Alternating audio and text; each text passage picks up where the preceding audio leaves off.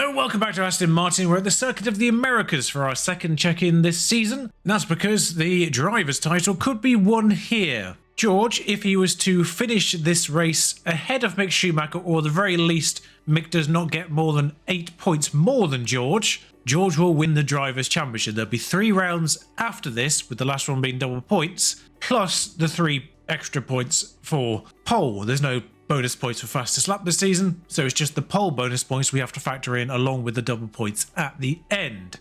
I'm pretty certain the Constructors is wrapped up at this point. You can see last race made things interesting for the race for 5th, as Mercedes and Ferrari got knocked off their perches by Alpine and Alfa Romeo. The fact that Mercedes and Ferrari have nearly got triple digits is a bloody miracle. But McLaren are starting to come to party, and Kevin Magnussen in particular at Alpine has come to party in recent weeks. And if I get out of the way, of course, you know there's been 18 races, this is round 19, but you can see there we've had 16 wins out of 18 with 16 podiums out of 18, which means there's been 2 races where we've not had either driver on the podium. One of those was Belgium at Spa, where I got mugged off by a red flag. A red flag came out with about 8 laps to go, and within those remaining 8 laps, the track was going to go from intermediate to dry. So when the red flag came out, and therefore moved the time along by about 20 minutes normally, when that red flag came out, the red flag information said the track had 0 millimeters of water on it, so I naturally put on dry tyres. As soon as the race resumed, that 0 millimeters became intermediate levels again. Immediately. Just went straight up. I think the game forgot the track was supposed to dry out, because then it still then dried out. So, which is why we've ended up 4th and 5th, because people pitted for dry tyres towards the end and we managed to survive, but the amount of time we lost on dry tyres, just intermediate weather, was enough to cause this, even with Max, Lance and Charles pitting. So, yeah, not pleased with the game for that one. The other race is, of course, Japan last time out, because Japan hates us. I don't know why. Maybe I need to do AlphaTauri next time just to get Yuki Tsunoda a Drivers' Championship, just to make Japan like us. Because, and you're looking at this, both of them.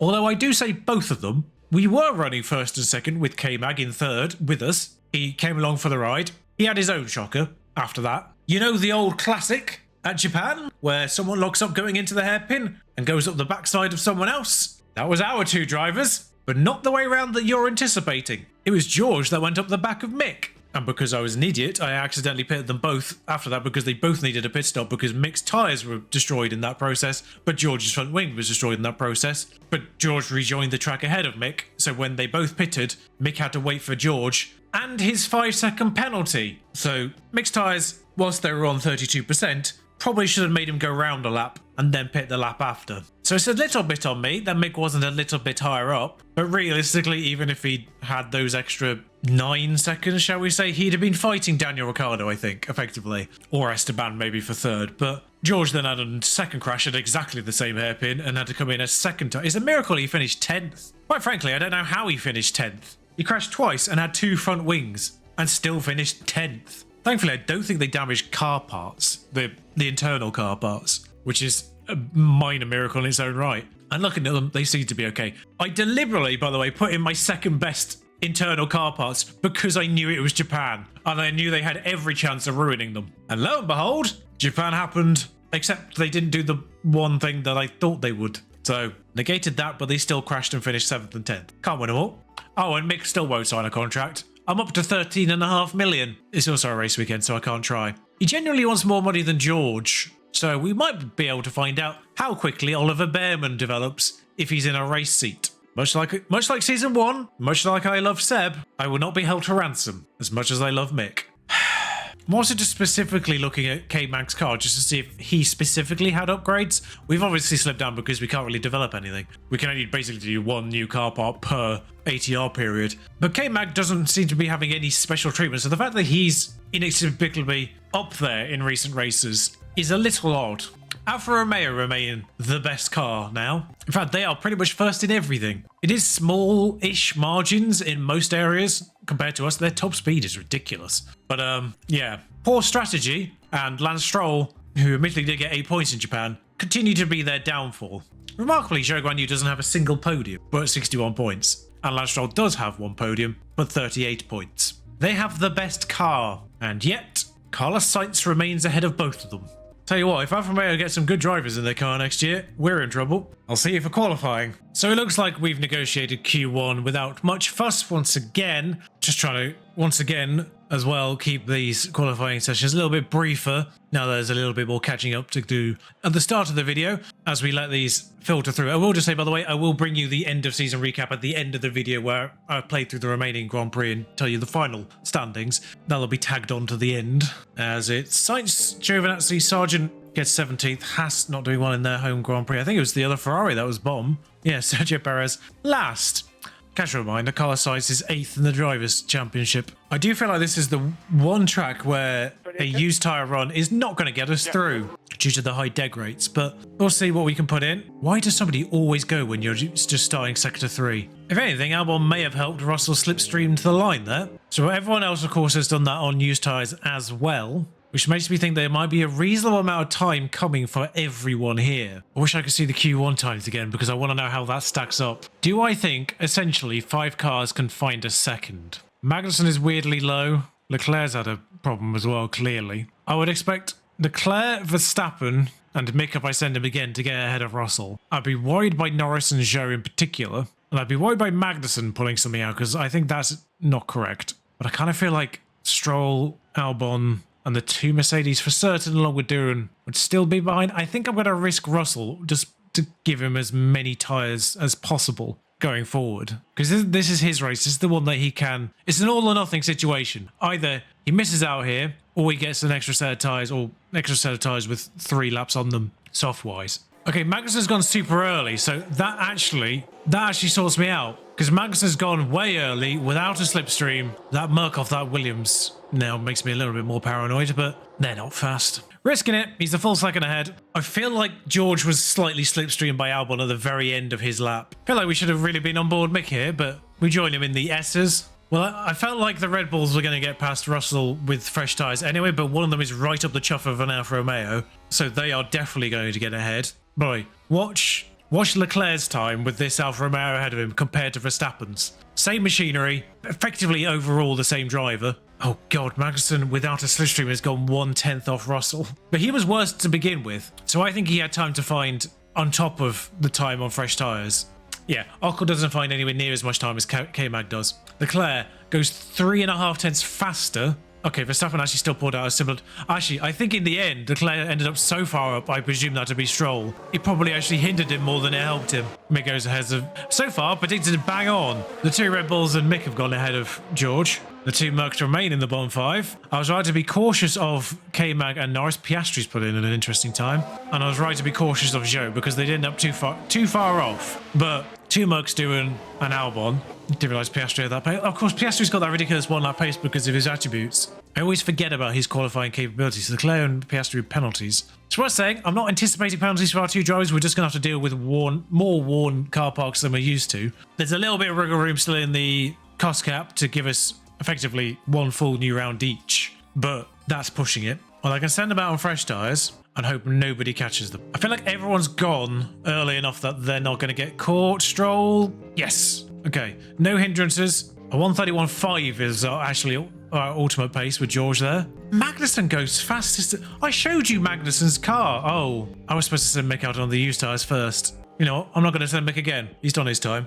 I'll keep him 1 new fresh set just in case of emergency for late safety cars, which aren't unusual here. Like, because he's not going to make that much of an improvement. I think he's done a very good time there. He's only 2/10 off George. So, here we are. Circuit of the Americas. I've sacrificed Mick, but it's fine, really. I think the race is probably medium to hard. Is it a 1-stop? Or medium hard to medium again? And then keep a set of softs in case there's kind of like a 10-lap stint at the end with the safety car. People do like to crash here at the end of this straight, which I can't see bugger all off because the sun's in our eyes. How did the driver see anything? But I know that nobody's going to gain time because everyone's gone out on used tyres, which is why I've not said Mick again, because he's not going to make the 2.5 tenths to get past Magnussen or Verstappen. And I don't think anyone's going to go faster than him. Piastri's the only one with a shout here. Now, yeah, no. No one's going to go faster. I should check what George's sectors are. He's gone faster in both sectors, but that could be 1,000th on each. And he's going to find 75 of those as he goes around the last 2 corners. The sun right in his eyes again. How do you see the breaking point there? He finds 66 thousandths to remain 9 behind K-Mag, who went bizarrely early again, so we've got to wait for him. I should have sent Mick out on the really old softs. and used him as the toe for George. They were the fastest 2 laps of any session, and that was Mick's fastest lap, full stop. So yeah, I don't really feel like I lost anything by not sending Mick out again. I kind of like the medium in the middle, kind of like being on the faster tyre at the end. One thing I will do, however, though, is move both of those 2 laps early on George and 1 lap early on Mick, just to allow a tiny bit of push at the very beginning. Pull George in first just because he'll do better on his tyres on his last 2 stints. And Mick, not by much, but he will do. 2nd and 4th, so Mick behind George. So I have no idea why K-Mag is on pole, but he is, legitimately. And it's the man who had the freak pole in Brazil, well, originally leading off the man who took the race pole via the sprint in Brazil, and then the race win in George. Max got him off the line, but he's got him back, and that is as much as I'm willing to push those mediums. They've held firm on their positions, and the 4 of them have kind of left Norris and company in the dust. But through that slow corner, they made that time back up again. Hello. Yeah, certain aspects of the drive here, I'm really hoping get improved in F1 Manager 23. Actually, I'm recording this a day of them doing the stream on it, kind of the massive overview stream. And a lot of it was quite promising. The team switching not until September is not really a problem for me personally, but I can see why some people would hold off. I won't be intending to switch a team in the first 2 months of the game being out. Well, I say 2 months. Them saying that it is coming in a patch in September makes it feel like it's a long way away, but of course the game releases at the very end of July, so a patch at the very beginning of September is just over a month. You've only got August in between them and then the tiny few days either side. So it'd be about a month and a week as I ought to take George off pushing ERS now, and Mick too. So yeah, I'm unlikely to switch a team in the first month. I may have got 1 full season in, YouTube-wise, in a month. I will say, by the way, the last 2 videos have been the best 2 received videos since I think I restarted this a couple of months ago. So you guys have responded really well to these effectively half-season videos, which is making me rethink the way I'm going to do content for 23. Because I want to do it race by race, but I don't know. My intention was still to do it race by race, but try and do it in a way that wasn't quite so time consuming for A, me, and B, for you, the viewer. I mean, it'll be the same amount of time for me anyway, because I've got to play the damn thing. But Mick remains trapped in the Magnussen-Verstappen, well, I say Magnussen-Verstappen chain, that is the chain, because it goes all the way to Giovinazzi in 16th. But George has gone. So yeah, Magnussen's qualifying pace not translating into race pace, which is a little bit odd because he did run with us in Japan. It was George and Mick who ran away at the start, but they ran away with Magnussen, and then George promptly crashed into Mick about 10 laps later, with Magnussen still in tow. And then Magnussen, on his Lonesome, crashed twice and ended up last, as you saw. That Ferrari, man. I do think Perez might be in a wounded car because I think he crashed in one of the practices. But that Ferrari, good God. We sort of entered that part of the season in particular where if a vehicle crashes, and as you've seen, if a vehicle can crash, it can destroy or really wound internal car parts. I think they can't really replace them at this point.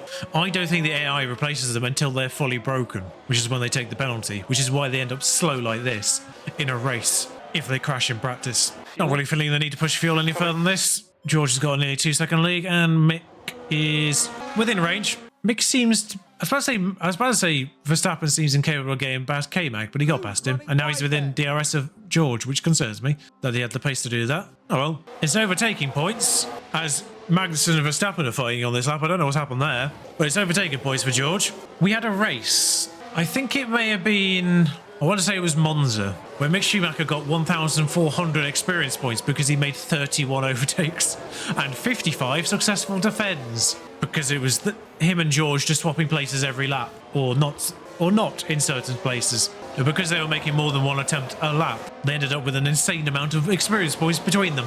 None of the slower on softs, are they? It's the red wall tyres of the Red Bulls catching me off guard there again. But they mentioned on the stream they've got a lot more engineer talk, which is good news, because if I get told it's a good thing that you failed an overtake one more time, I'm going to get very annoyed. But effectively those lot are just going to keep swapping over. George now behind. Actually, George now behind lap 9. I was just wondering if George could save ERS behind Max, but the problem is Kevin still behind. But the initial singular train has split its way into Ocon and then Stroll, who again remains useless. This is Lance Stroll in the best car on the grid. Remember that freak time in Season 1 where the AlphaTauri was the best car on the grid? That Stroll keeps ending up in these vehicles. Oh, an actual overtake that time. You'll get up next time. No, you won't. They're in a train. It's not going to happen. They've all got DRS on each other. Bradley's going to keep swapping around until people pit or Norris detaches from it. So Norris and Joe are now detached. And now it's just the 4 of us. Oh, Mick's having a go at K-Mac.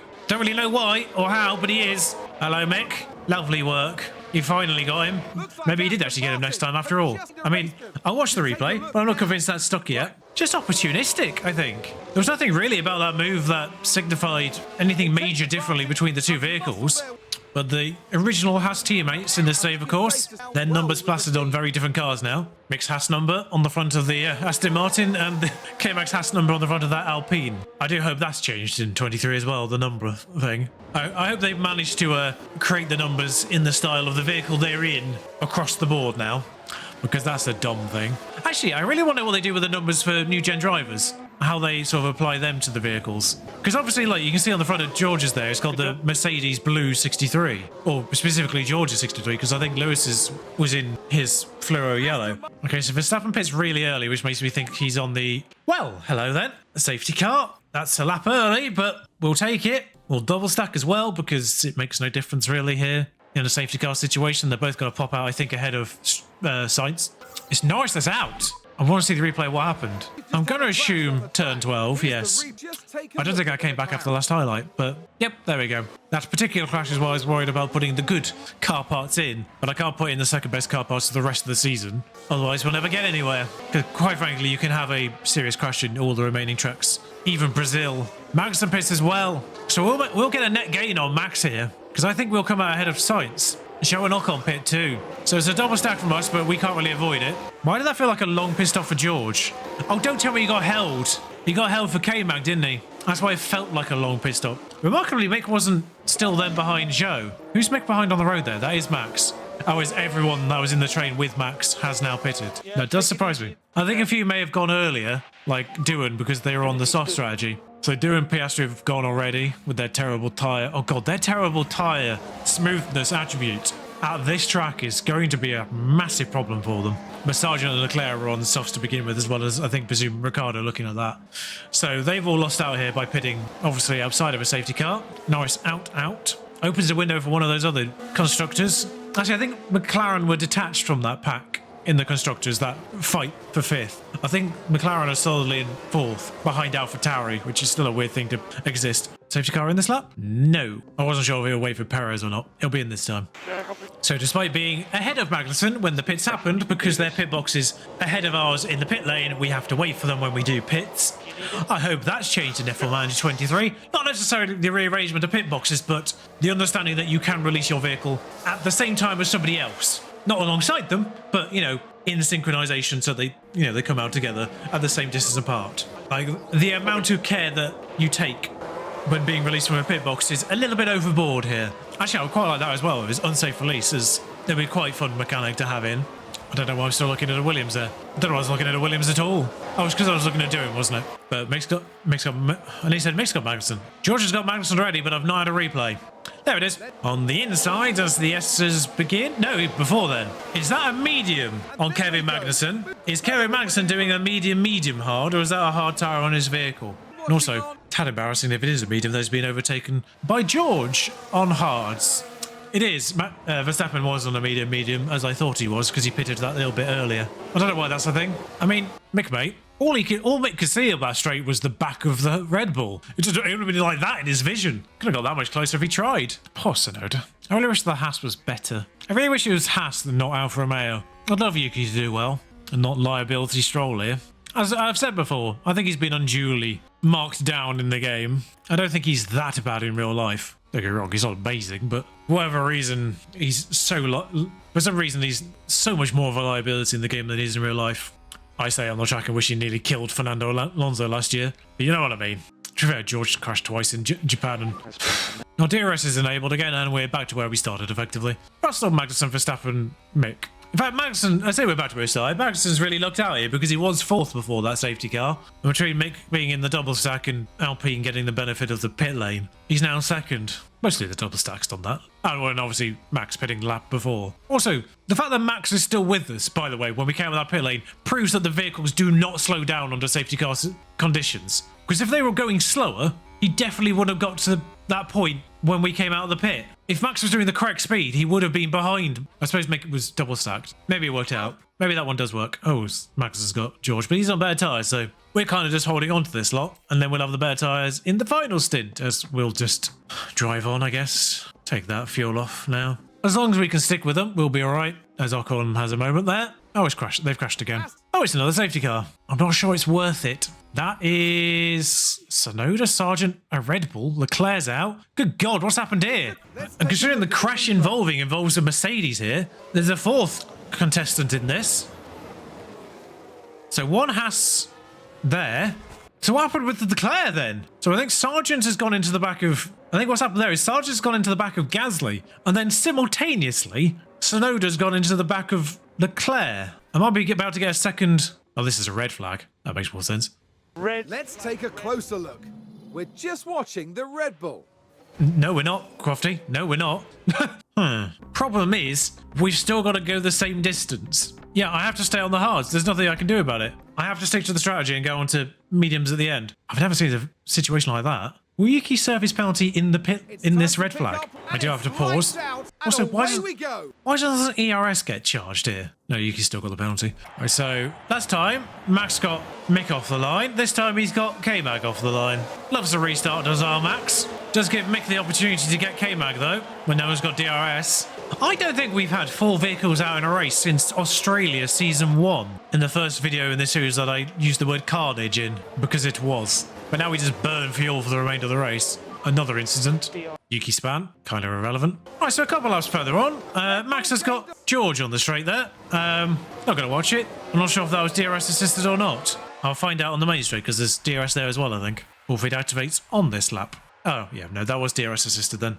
So we're in exactly the same boat, except everyone's now caught up, including Sights in 8th, who is once again locking into points. Interesting situation here.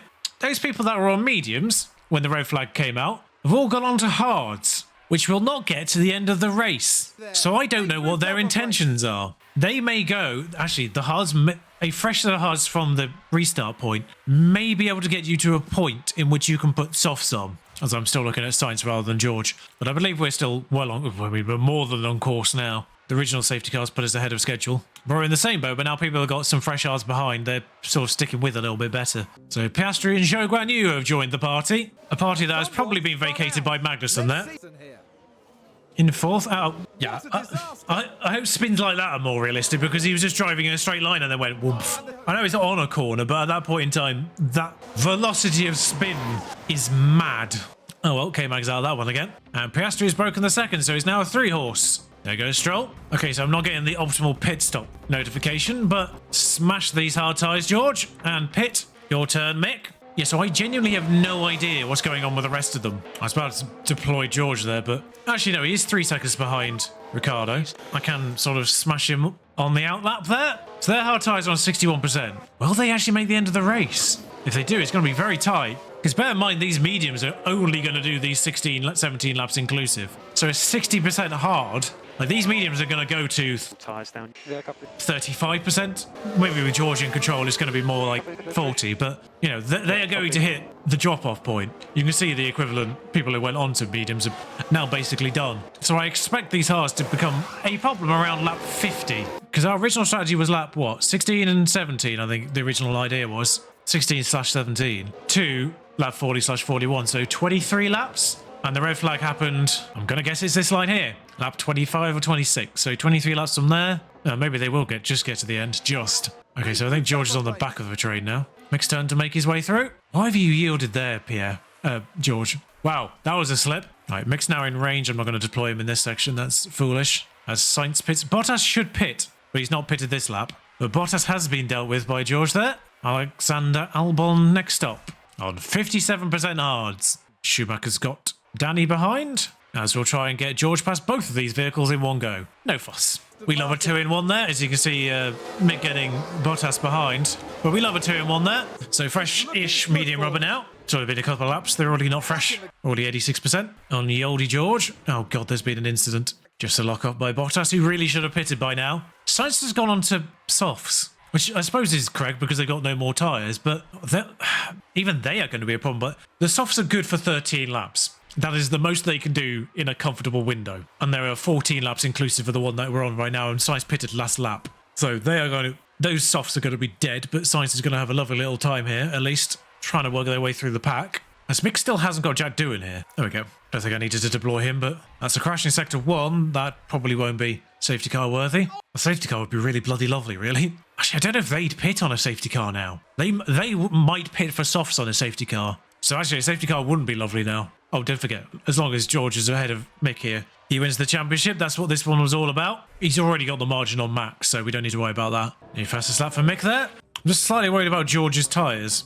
Okay, George is on these two, so I'm going to put his tyre situation back on again. I think the issue is they are swapping places. Try and get... Oh, he's got one out of the final corner by himself. And then the second through DRS, and I don't think he actually even used any DRS on that, so kind of pointless. Oh, Bottas finally goes. So as soon as he's a second out, I'll put him back on light tyre usage and hope he gets to the end on that. Because he's still going to catch Max, I think, as Mick made his way through those two without any fuss. He caught them a lot quicker than I thought. So he's got Piastri there.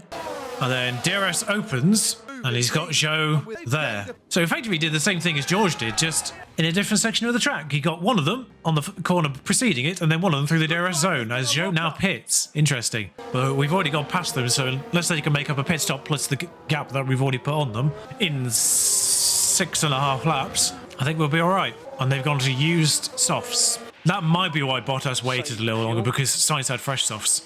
He didn't, for whatever reason. Poor Perez. I told you, lap 50, they're in danger. I called it bang on, really. He's on the back of Max. I might even harvest on the back of Max. Oh, Max pitted. Max pitted. Okay. Oh, God. I forgot to take Mick off push fuel as well, so we'll just get that a little bit back. Thanks, lads. There we go. Max will be fast in his last 5 laps, but is he going to be fast enough? Max has done a 1:52. That doesn't help me in any way, shape, or form. He's 15 seconds off the leader. Should really do interval to Mick, really. 11.5 by this DRS point. At the same time, next lap, just shy of 9.5. So 2 seconds a lap. And there are 3.5 laps to go. Mick may just be okay. Also because of the neutralising wear rates as well. Mick might just be okay on that basis too. I might actually push George on light for the last little bit as well, just to make sure he's got some uses out of those tyres on the last couple of laps. Actually, maybe help Mick get into DRS. Apparently, George can't go slow enough to get Mick into DRS.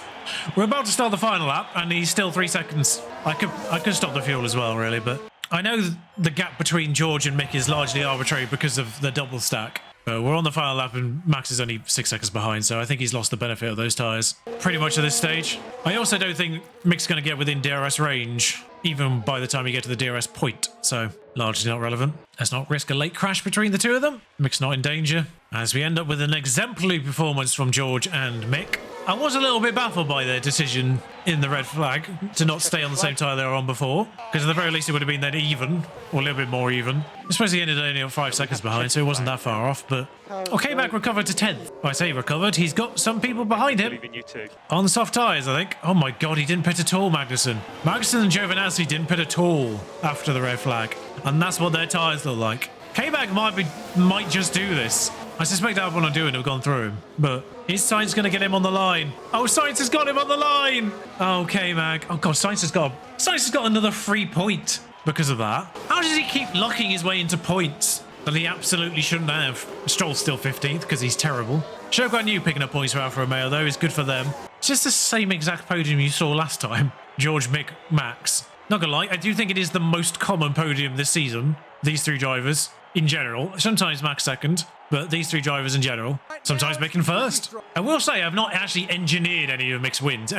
All of Mick's wins have come from George making a mistake that Mick doesn't, pretty much. Or a race in which George took penalties. Oscar Piastri started last and got 5th. Alpha Tauri's not terrible. K-Max started on pole and finished outside the points. Well, I suppose he still got 1 because he was on pole. Oh, Max got fastest lap. Of course he did. But with 3 rounds to go, plus the double points, 100 points is all he needed, plus the 3 pole points. 103 points is all he needed. And you can see there, he is 15 points above that. So George Russell is the 2026 Formula 1 world champion. Mick still got 50 points on Max, and not to squander that lead in the remaining 3 races. We will not be covering that particular journey. Obviously, I'll tell you at the end if he's done it or not. But a checkerboard on McLaren and AlphaTauri, then Zhou Guanyu moving up the order too. Valtteri Bottas picking up some points from a decent strategy actually in that race in the end, which does see Alfa Romeo take their rightful place in 5th. Really, they should be 3rd. Sorry, McLaren are actually 3rd, AlphaTauri are 4th. Alfa Romeo really should be, actually based on their car, they should be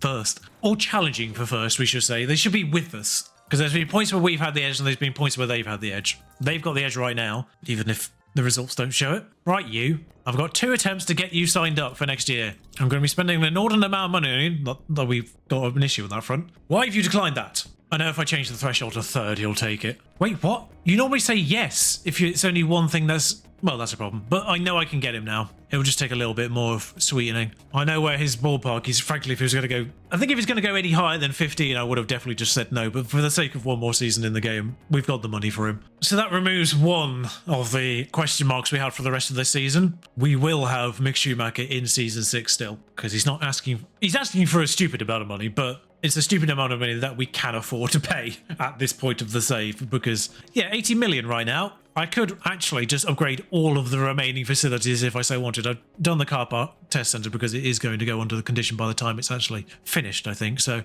yeah, we've only really got these 3 left in the factory, plus the hospitality centre, which I cannot be bothered to take to level 5 because we've already attracted everyone that we want to attract. So that's that. We've got 3 races to rattle through, and I will see you for the final results. Welcome to the end of the season, where things have resolved in pretty much the way that most of the season has panned out so far in general, with George winning 51 points, pole as well. Mick making a hash of it, but getting there in the end. 40 points clear of Max Verstappen, who weirdly went from 9th to 11th on the last lap. I don't know what happened, or 12th even. I don't know what happened. He just seemed to have got caught out at a corner and lost 3 places in one go. There was a late safety car, so everyone was bunched up. But frankly, Mick should have sorted that long before the final race of the season. He should have been well clear. He should have been 50 points clear of Max before Abu Dhabi. Except the 3 races since the USA haven't gone well for him. Thankfully, they haven't gone well for Max Verstappen either, otherwise he could have been in a spot of bother.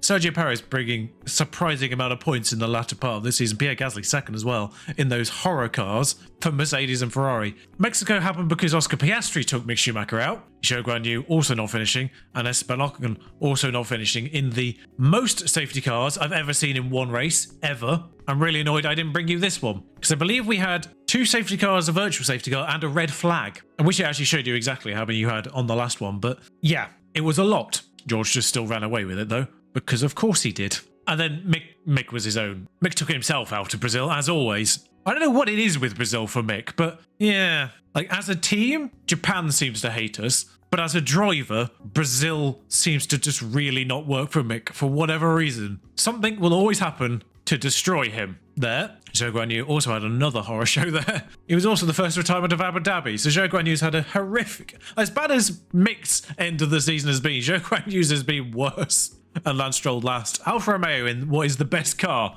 have somehow ended 8th. McLaren 3rd, AlphaTauri 4th, Alpine 5th, Ferrari pipped Mercedes to the post, as they probably should do by having marginally the better car over the course of the season as a whole. It took kind of Mercedes halfway to get a car that was vaguely on par with them. That Alfa Romeo car, as again, we've barely done anything in the second half of the season, but that Alfa Romeo car on that right-hand side, 8th. And it's kind of what could have been for Zhou Guanyu, but Lance Stroll's 39 points over 22, including a podium, where he was second, I think, in Spa. So that's 18 of his 39 points were scored in one race, in what was the first or second best car at various points of this season. Good God. But you saw we did get Mick on a new contract. He's fine. He will be here next year. It's more that I want to pay for him, but quite frankly, we can afford it. And sure, it's kind of where I am on that one. I will say we did come perilously close to the cost cap this year because of our aggressive development at the very beginning of the season. I do need to learn to be a little bit more patient with car parts in not just necessarily develop them straight away for the next race and maybe letting them sit for the one after. So yeah, quite a lot of emergency car parts built in order to aggressively stay on top at the beginning of the season. That's a live and learn situation. And I have kind of been ahhing a little bit of whether or not to do a Series 6. There's a situation that does require my attention. Nothing serious, but it does require my presence, which is really going to kind of limit my ability to play through Season 6 as quickly as I would like. I'm having to sort of travel away at short notice. But I should still be able to get the video up for Monday. If I don't, I may make just next week's uploads Tuesday and Friday. The reason why I want to do a Series 6 and just not take a 2-week break rather than a 1-week break is because of the 27 regulation changes. Those huge drops across the board, which we have somewhat mitigated with research already, but those huge drops across the board make me really interested in seeing what happens next year. And it's across the board. Bear in mind, these are all 40 to 60%, depending on, where we are. It's worth saying, like, just to clarify, whilst none of these say 50 or 60%,